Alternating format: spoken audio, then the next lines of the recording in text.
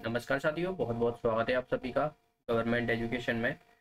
तो दोस्तों, वैसे तो मैंने जितने भी अभी तक प्रीवियस ईयर के क्वेश्चन पेपर हैं उनके सारे जो सॉल्यूशन है मैथ्स रीजनिंग के वो अभी तक मैं करा चुका हूं। अभी जो बचे हुए हैं जैसे कि 30 जुलाई के जो सेकंड शिफ्ट के हैं ये बचा हुआ है। इसके बाद 31 के दोनों शिफ्ट के मैं आपको करा दूंगा। आपका एग्जाम जो है वो अभी जस्ट ही होने वाला है 16, 17, 18 को। तो जितने भी प्रीवियस के क्वेश्चन पेपर हैं आपने नहीं लगाए तो जरूर देख लीजिएगा। अगर आप उतना भी कर लेते हो तो इनफ है, बस आप प्रैक्टिस कीजिए ज़्यादा से ज़्यादा। बहुत सारे मेरे वीडियो पड़े हुए हैं, आपको लिंक डिस्क्रिप्शन में मिल जाएगी, यहाँ पर आई का बटन आ रहा होगा, उस पर क्लिक करके देख सकते हो।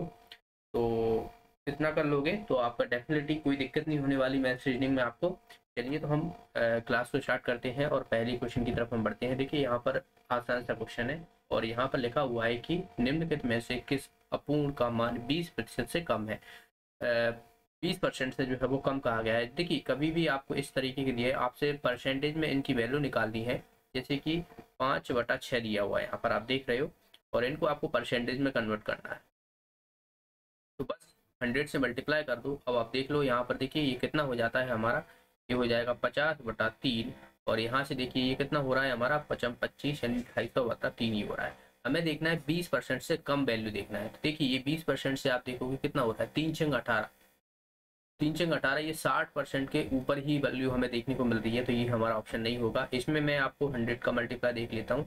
तो 100/3 होता है वो होता है 33.33 होता है। इसमें 2 का मल्टीप्लाई करोगे तो ये भी आप देखोगे 66% से ऊपर देखने को मिलेगा। तो ये वाला भी नहीं होगा। इसमें आप देख लो, इसमें 2 बार चला जाएगा और ये हो जाएगा हमारा 40।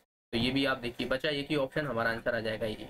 आपने देखा होगा तो 1/11 इंटू 100 करते हैं तो ये होता है 9.09, और इंटू 2 का मल्टीप्लाई इसमें करोगे तो ये 18.018 के करीबन जो है वो आपको देखने को मिलता है। तो आप देखोगे यहाँ पर ये 20% से कम है, तो यही हमारा आंसर हो जाए। ओके, नेक्स्ट क्वेश्चन देखिए, ये सिंप्लीफिकेशन का क्वेश्चन है। इसमें हमसे पूछा गया है कि आपको सटीक मान की गणना नहीं करना, मतलब आपको अप्रोक्स वैल्यू इसकी निकालनी है। तो देखिए ये वाली जो वैल्यू दी हुई है मैं इसको सिर्फ 133 मान लेता हूँ। 0.008 को इग्नोर कर देता हूँ क्योंकि हमें जो है वो एग्जैक्ट वैल्यू इसमें नहीं चाहिए। और ये देखिए 2.97 है तो इसको मैं 3 मान लेता हूँ, माइनस इसको मैं मान लेता हूँ। अब देखिए ये 50% के ऊपर है, मतलब 100 का ही मान के चलो। तो इसे मैं मान लेता हूँ 111 की जगह 112 मान लेता हूँ, और इसको मैं मान लेता हूँ, ये प्लस लगा हुआ है यहाँ पर 74 मान लेता हूँ। बस बस इसे हमें सॉल्व कर लेना है। तो यहाँ पर देखिए ये कितना हो जाएगा, 399 हो जाएगा माइनस, और इसमें से इसको माइनस कर देता हूँ यहीं पर। तो ये हो जाएगा हमारा 782, और ये 74 इसमें जोड़ दूंगा तो ये हो जाएगा 7 और 4 11, हासिल लगा 1, 7×2 = 14, 15, 1 16, हासिल लगा 1, और ये हो जाएगा 360, है ना। 361 के करीबन हमें वैल्यू देखने को मिलती है, जो कि देखिए आपके आसपास इसी की वैल्यू देखने को मिलती है। ये 357 है, ये 361 है, मतलब अप्रोक्स जो है वो आपको देखने को मिल रही है। तो यही हमारा आंसर हो जाएगा। अगला प्रश्न देखिए, यहाँ पर ये जो है वो मैं क्वेश्चन में लिखा हुआ है कि एक कलश में 6 लाल, 4 नीले, 2 हरे और 3 पीले मार्बल हैं। यथार्थ रूप से हमने 3 मार्बल को निकाला है उसमें से, तो इसकी क्या संभवता है कि 2 नीली और 1 पीली गेंद होना जरूरी है।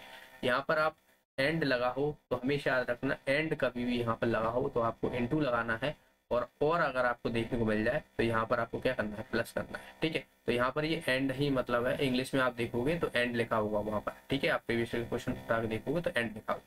तो देखिए 2 नीली गेंद है, 3 गेंदें हमने यहाँ पर चुनी है, 2 नीली गेंद है। देखिए नीली गेंद 4 है तो जाहिर सी बात है 4C2, क्योंकि 2 नीली गेंद हमें चाहिए। अब यहाँ पर इंटू हो जाएगा, और इसमें अब हमें 2 गेंदें तो हमने निकाल लिए, एक गेंद और बची, उसमें क्या प्रायिकता, मतलब पीली होने की। तो पीला देखिए यहाँ पर 3 है तो 3C1। टोटल हमारी गेंदें देखिए यहाँ पर 15 है, निकाली कितनी है, 3 निकाले। बस इसे हमें सॉल्व कर लेना है। तो इसको हम देखिए 4×3 कर दूंगा, और ये हो जाएगा 2×1।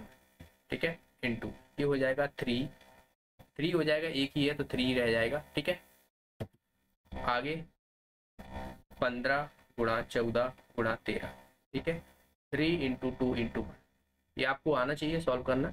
और अब मैं इसको काट दे रहा हूँ, 3×5 = 15 हो जाएगा, ये 7 बार जाएगा, और यहाँ से देखिए ये 2 बार ये जाएगा। तो ऊपर देखिए आगे फिर कट नहीं रहा है, 9×2=18 ये हो जाएगा, 3 तरफ 9, 9×2=18, और नीचे आप जब इससे सॉल्व करोगे तो ये आ जाएगा 4 5।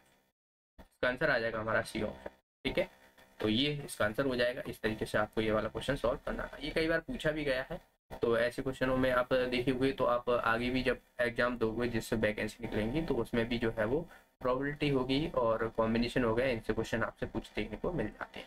ये वाला क्वेश्चन है, इसको हमें सीधा घटाना जोड़ना है, इसमें हमें एग्जैक्ट वैल्यू निकालनी है क्योंकि आप देखोगे ऑप्शन बहुत ही आसपास दिए हुए हैं। ठीक है, तो पहले क्या करो, आप प्लस प्लस को जोड़ लो इनको। कितना दिया हुआ देखिए यहाँ पर ये हो जाएगा, मैं जोड़ने वाला हूँ यहीं पर डायरेक्ट जोड़ देता हूँ। 8 ही हो जाएगा, 7 और 4 11, 5 से लगा 1 हो जाएगा, 5 और 2 7, 1 8 ये हो जाएगा 9, और उसके बाद आप देखोगे यहाँ पर 3 3 6 हो जाएगा। अब इसमें से माइनस करना रहेगा 1 2 3.4 से। ओके, तो यहाँ से एक तो ये आ गया, देखिए हमारा आंसर आ जाएगा इसका फोर्थ ऑप्शन, क्योंकि एक ही यूनिट देखिए इसमें एक दिया हुआ है, बाकी सब में साथ साथ दिया हुआ है। तो जब आप इसे सॉल्व करोगे तो हमारा जो वैल्यू आएगी वो आ जाएगी हमारी 57.71। ओके, अगला प्रश्न देखिए यहाँ पर आयु से संबंधित है। आयु से क्वेश्चन हमेशा ही पूछे जाते हैं। इसमें हमें दिया हुआ है कि वर्तमान में ए और बी की आयु का अनुपात हमें दे दिया है 3:8। ए और सी की अनुपात आयु दे दी हमें 1/4। 3 वर्ष पहले ए बी सी की आयु का योग हमें दिया हुआ है यहाँ पर 83। तो सी की वर्तमान आयु हमें निकालनी है। तो सबसे पहले हमें जो यहाँ पर देखिए इन सब की जो रेशियो दिया हुआ है इन सबको हमें बराबर करना पड़ेगा, मतलब ए बी सी के फॉर्म में कन्वर्ट करना पड़ेगा। ए बी सी इन तीनों का हमें जो है वो रेशियो निकालना पड़ेगा। हमें यहाँ पर ए और बी का रेशियो दिया हुआ है 3:8। उसके बाद हमें ए और सी का रेशियो दिया हुआ है 1:4। इसमें देखिए दोनों में कॉमन क्या है, यहाँ पर भी ये है यहाँ पर भी है, लेकिन एक ही वैल्यू यहाँ पर 3 है यहाँ पर 1 है, तो इसको भी 3 के बराबर कर दो या फिर इसको 1 के बराबर कर दो। 3 के बराबर हमें आसान लगेगा तो 3 से मैंने दोनों तरफ मल्टीप्लाई कर दिया। ठीक है, तो ये हो जाएगा 3/12। अब हम आसानी से निकाल सकते हैं कि ए की वैल्यू यहाँ पर 3 हो गई, बी की वैल्यू आप देखोगे 8 है, सी की वैल्यू आप देखोगे यहाँ पर 12। तो ये हमारा तीनों का रेशियो आ चुका है। इन तीनों का जो योग है 3 वर्ष पहले, ठीक है ना, तो देखिए इन सब का तीनों का योग करोगे आप तो ये कितना हो रहा है हमारा 23 हो रहा है, 23 हो रहा है। 23 एक्स मान लिया मैंने, ये सब एक्स है।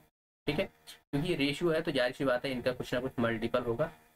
अब यहाँ पर देखिए 3 वर्ष पहले की बात की गई है, तो सबके मैं 3-3 वर्ष घटाऊंगा, क्योंकि ए के भी 3 वर्ष घटाऊंगा, एक्स के भी और बी सी के भी। तो आप देखोगे इन सब का योग करोगे आप तो ये 83 के बराबर हो रहा है 3 वर्ष पहले, क्योंकि ये सब जो आप देख रहे हो ये वर्तमान है। 3 वर्ष पहले ए में से घटाओगे, फिर बी में से घटाओगे, फिर सी में से घटाओगे, तब इनका योग करोगे तब हमें इतना वैल्यू देखने को मिल रही है। तो मैंने यहीं पर वो ही किया है। 23x इक्वल टू इन सब का आप देखोगे ये कितना हो जाएगा 9 हो जाएगा, और इधर जाएगा तो ये प्लस में हो जाएगा। ठीक है, तो 23x इक्वल टू ये कितना हो जाएगा हमारा 92 हो जाएगा। तो ये कितनी बार चला जाएगा हमारा 4 बार चला जाएगा। x इक्वल टू आ जाएगा 4। हमसे पूछा गया है सी की वर्तमान आयु। वर्तमान आयु देखिए x की वैल्यू हमें मतलब 12 है, तो यहाँ पर हमने देखिए ये x माना था ना, ये 3x है, ये 8x है, ये 12x है, तो हमें सी की चाहिए। तो 12 × 4 करूंगा तो ये कितना हो जाएगा 48 हो जाएगा। तो सी की जो है आयु कितनी हो जाएगी हमारी 48 हो जाएगी। आंसर आ जाएगा इसका थर्ड ऑप्शन। अगला प्रश्न देखिए यहाँ पर, ये ट्रिग्नोमेट्री का क्वेश्चन है। मैं आपको पहले ही बता चुका हूँ, ये मत कीजिएगा क्योंकि आपको 1 नंबर के चक्कर में आपको बहुत चीज़ें पढ़नी पड़ेंगी इसमें, और आगे भी जो एग्जाम होते हैं जिसमें भर्ती निकाले जाते हैं उसमें ट्रिग्नोमेट्री नहीं पूछा जाता है। अगर आप सिंपल अगर आपसे बनता है तो आप जरूर बना लीजिएगा। देखिए यहाँ पर आपको सीधा सीधा n इक्वल टू 10a/10b, पर आपको ध्यान रखना है इन सबको फॉर्म में ये 10 है 10b है, साइन और कॉस के फॉर्म में कन्वर्ट कर लेना। ठीक है, यहाँ पर ये दिया ही हुआ है, बस इसका जो है वो आपको स्कोर करना रहेगा तो आप कर देना। थोड़ा जो है वो कैलकुलेटिव रहेगा, आपको थोड़ा लेंथी रहेगा, तो इसलिए तो मेरी मानो तो मैं आपको पहले भी बोल चुका हूँ, अगर आपने देखे होंगे तो ट्रिग्नोमेट्री आप बिल्कुल कुछ ज़रूरत नहीं है 1 नंबर के पीछे आप इतना पूरा सब्जेक्ट पढ़ोगे, आपको बहुत सारा, उससे अच्छा मेहनत आप किसी और सब्जेक्ट में या और किसी टॉपिक में लगा दो जो आपके आगे भी काम आए। ओके, चलिए नेक्स्ट क्वेश्चन देख लेते हैं। इसमें देखिए हमें पूछा गया है, अब यहाँ से देखिए आपको रीजनिंग के क्वेश्चन देखने को मिलेंगे ये सारे। इसमें 4 शब्द दिए हुए हैं, सभी को शब्दकोश के अनुसार वर्णमाला की व्यवस्थित किया गया है। तीसरे स्थान पर कौन सा शब्द आएगा, तो ये कई बार क्वेश्चन पूछे जाते हैं, आपको देखने को मिलेंगे। तो देखिए पहले नंबर पे क्या आएगा, देखिए आर तो सब में है ही है, उसके बाद सबसे ABCD के हिसाब से ए पहले आता है तो ये पहले नंबर पर आ जाएगा। उसके बाद देखिए ABCDE ई आ रहा है तो दूसरे नंबर पर ए आ जाएगा। हमें तीसरे नंबर का चाहिए, तो देखिए आर ओ पहले आता है, यू बाद में था, OPQRSTU, तो ये तीसरे नंबर पर आएगा और ये हमारा आ जाएगा 4th नंबर पर। हमसे पूछा गया तीसरे स्थान पर, आंसर आ जाएगा इसका थर्ड ऑप्शन। नेक्स्ट इसमें हमें जो है एक दूसरे से शब्द की लेजेंड का जो है वो कहानी दिया हुआ है, तो इसी तरीके से हमें बताना है कि रहस्य का मतलब जो है वो हमें देखने को मिलेगा किस प्रकार संबंधित है। ठीक है, लेजेंड हो गए, जो कहानियां होती हैं वो किसी न किसी सच्चाई पर आधारित होती हैं, है ना। जो कहानियां जो बनाते हैं, जैसे कि आपने बहुत सारी कहानियां सुनते होंगे, सच्चाई पर तो नहीं, लेकिन सच्चाई बहुत सारी झूठी भी कहानियां होती हैं, लेकिन आप समझ सकते हो उसमें एक लेजेंड के ऊपर या किसी एक कैरेक्टर होता है, उसी के ऊपर जो है वो कहानियां रहती है। ठीक है, रहस्य की बात करूँ तो पहेली हो गई, स्पष्टता हो गया, क्रिस्टल हो गया, उपन्यास हो गया। तो उपन्यास का कोई मतलब ही नहीं, उपन्यास उपन्यास में क्रिस्टल का भी कोई ऐसा दिख नहीं रहा है। स्पष्ट रहस्य है, तो स्पष्ट कहाँ से, क्लियरिटी ये सबसे अलग हो जाएगी। पहेली, पहेलिया में जो है वो रहस्य होती है, आपने देखा होगा बहुत सारी पहेलियां पूछी जाती हैं, तो वो रहस्यमयी होती है, उनको आपको आंसर ढूंढना पड़ता है ना। तो यही हमारा आंसर हो जाएगा फर्स्ट ऑप्शन। अगला प्रश्न देखिए, ये हमें एक यहाँ पर सीरीज दी हुई है, और इसमें हमें पूछा गया है कि 4 में से 3 विकल्प दी गई श्रृंखला में स्थित आधार पर एक समान। ये आप ऑप्शन देख रहे हो, ये जो आप देख रहे हो यहाँ पर इन्हीं श्रृंखला में से बनाया गया है, और उसमें से 3 इसमें से समान है, जो चौथा है वो भिन्न है। तो देख लेते भाई, Q स्टार 8, देखिए Q यहाँ पर है और स्टार यहाँ पर है, ठीक है, 8 यहाँ पर है। तो आप देखिए दोनों के बीच में आपने देखा दो दो जो है वो अल्फाबेट छोड़ दिए गए हैं या नंबर छोड़ दिए गए हैं, है ना। इसी तरीके से आप दूसरा ऑप्शन देखिए, ये वाला साइन देखिए यहाँ पर कहाँ लिखा है, ये वाला देखिए, ये इधर है। 2 छोड़ दूंगा तो R आएगा, देखिए R है यहाँ पर। इसी तरीके से 2 छोड़ दूंगा तो F आना चाहिए, ये भी आ गया। ठीक है, तो ये भी सही है। 6 2C देखिए यहाँ पर आप देख लेते हैं, 6 ये हो जाएगा, 2 छोड़ोगे तो 2 ये हो जाएगा, 2 छोड़ोगे तो C आ जाएगा, तो ये भी सही है। तो बचा हमारा कौन सा, फोर्थ ऑप्शन, यही हमारा आंसर आ जाएगा। आप चेक भी कर सकते हो, देखिए यहाँ पर 2 कहाँ पर है, ये रहा 2, और 1 के बाद स्टार है, जबकि हमें 2 के बाद चाहिए। ठीक है ना, फिर आप देखिए यहाँ पर 8 है, ये तो ठीक है, लेकिन स्टार जो है वो 2 के बाद नहीं है, 1 के बाद है, तो यही हमारा आंसर। तो ये जो है वो सबसे भिन्न किया हुआ।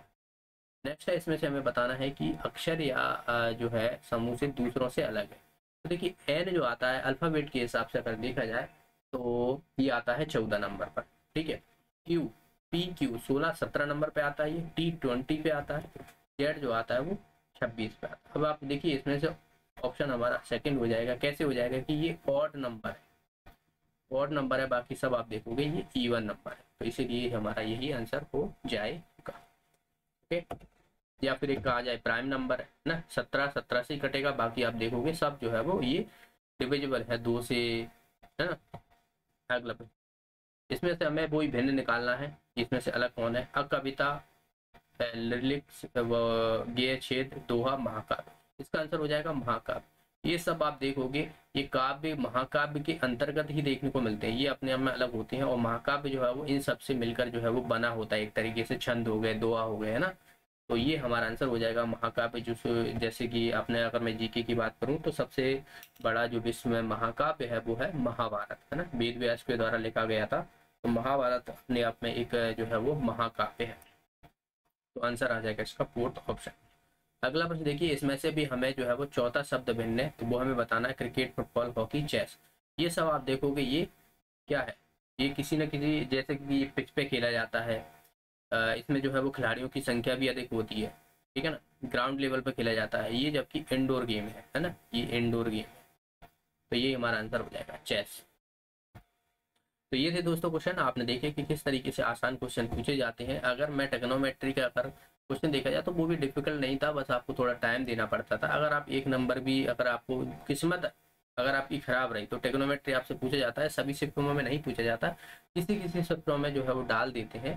ठीक है, तो आप ये मान के चलिए कि अगर आप अच्छे से तैयारी करते हो तो 12 नंबर ही आपको कहीं नहीं गए हैं, और बाकी के आप जो है वो कंप्यूटर हो गया, इन सबको जो है वो अच्छे से पढ़ लेना है, आपका डेफिनेटली जो है वो एग्जाम निकल जाएगा। रिलैक्स होकर आपको एग्जाम देना है, बिल्कुल भी हड़बड़ाहट नहीं है। टाइपिंग आपकी अच्छे से होना चाहिए, जो आपकी टाइपिंग अगर आपकी जहाँ पर प्रैक्टिस कर रहे हो वहाँ पर आ रही है तो डेफिनेटली वहाँ पर भी आ जाएगी, कोई घबराने की बात नहीं है। ओके, मिलते हैं। वीडियो को अच्छा लगा वीडियो को लाइक कीजिए, शेयर कीजिए। आप कुछ पूछना चाहते हो तो कमेंट बॉक्स में पूछ सकते हो। मिलते हैं नेक्स्ट क्लास में। Thank you so much.